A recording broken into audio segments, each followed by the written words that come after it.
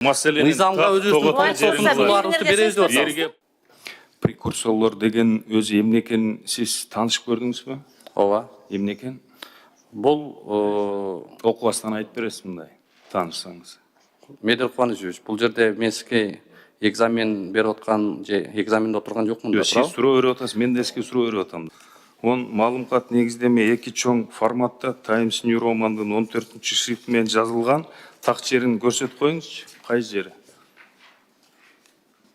Баяндоо бөлүгүндөбү же социалдык, экономикалык, укуктук коргоочулук экспертизалар боюнча? Анда мыйзам долбооруңуз менен жакшы таанышып коюңуз. 3-чү мен ачсаңыз, маалыматтын 3-чү бөлүгүн. Ачтым. Ошону окуңуз анда. Мен сиз айткандай экзаменде эмесмин го окуй тургандай. Сиз өзүңүздүн пикириңизди айтпайсызбы, анан ошого жараша жооп берейин. Же мугалим болуп калдыңызбы? Урматтуу Улук мырза, мен сизге мындай айтат элем да.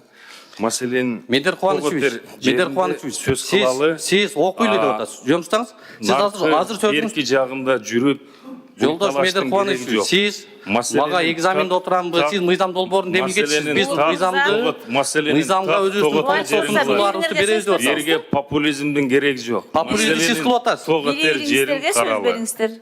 Медер Кубанычевич, бул жерде популисттикти сиз кылып атасыз. Мен конкреттүү факты менен айтып атам. Дагы бир жолу айтам. Келиңиз окуйлу деп атабыз. Туурабы? Ачып окуңуз анда, окубасаңыз, анда окуңуз. Ну, сиз окуп бериңиз эми.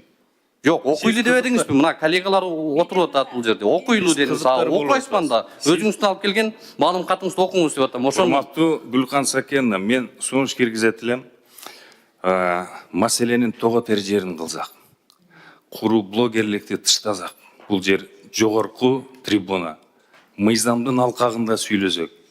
Ийне жибине болор болбос, мааниге эмес маселелер менен дешевый упай топтобузу. Маселелер барбы? Кыргыз Республикасынын Жогорку Кеңештин регламенти жөнүндө мыйзамга ылайык 10 күн аралыкта биринчи окуудан кийин кат түрүндө бериңиз. Биздин эшиктер дайыма ачык.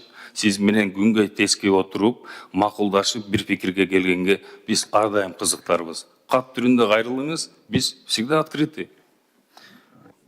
Медер Кубанычевич, бул жерде бири-бирибиздин намысыбызга шек келтирбейли, макул көрсөңүз.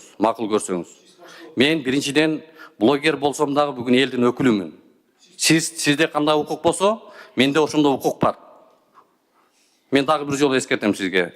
Өзүңүздүн ыйгарым укуктан чыкпаңыз. Экинчиден, мыйзам талкууланып атканда мыйзам долбоорунда, мыйзам долбоору боюнча сүйлөшөчү азыр эми мыйзам долбоору боюнча бири-бириңерге суроо бергиле. Бири-бириңерге комитеттен эми Мен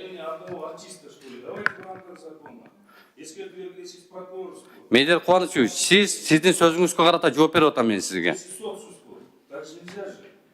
Мындай популисттик түшүнүктөн алыстап, келиңиз этикадан чыкпайлы. Жолдош Медер Кубанычевич, мен сизге конкреттүү суроо берип атам. Азыр маалымат жөнүндө түшүнүк алайын.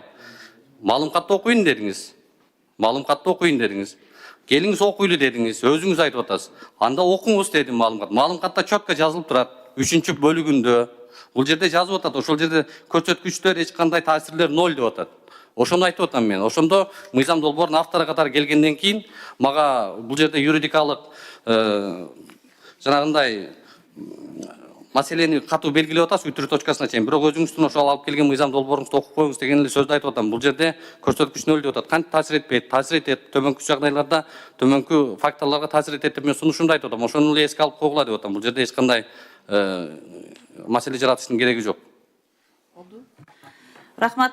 Урматтуу туугандар, эми бири-бирибизге эскертүү бербесек, арабызда прокурор жок болсо керек. А биз в роли подсудимого эмеспиз соттук процессте. Давайте все в рамках юридических норм, процедур, указанных в регламенте Жогорку Кеңеши. Наши двери всегда открыты. Улук мырза, келиңиз, сүйлөшөлү. Мыйзамдын демилгечиси катары Медер мырза, сиз биринчи, экинчи азыр окуусу, биринчи концепциясы эшик ачык деп атасыз. Улук мырза, мындай бирден такталбаган маселелер болсо, дайыма чечип алганга мен ойлоп атам, эшик ачык деп атат, териштирип аласыздар.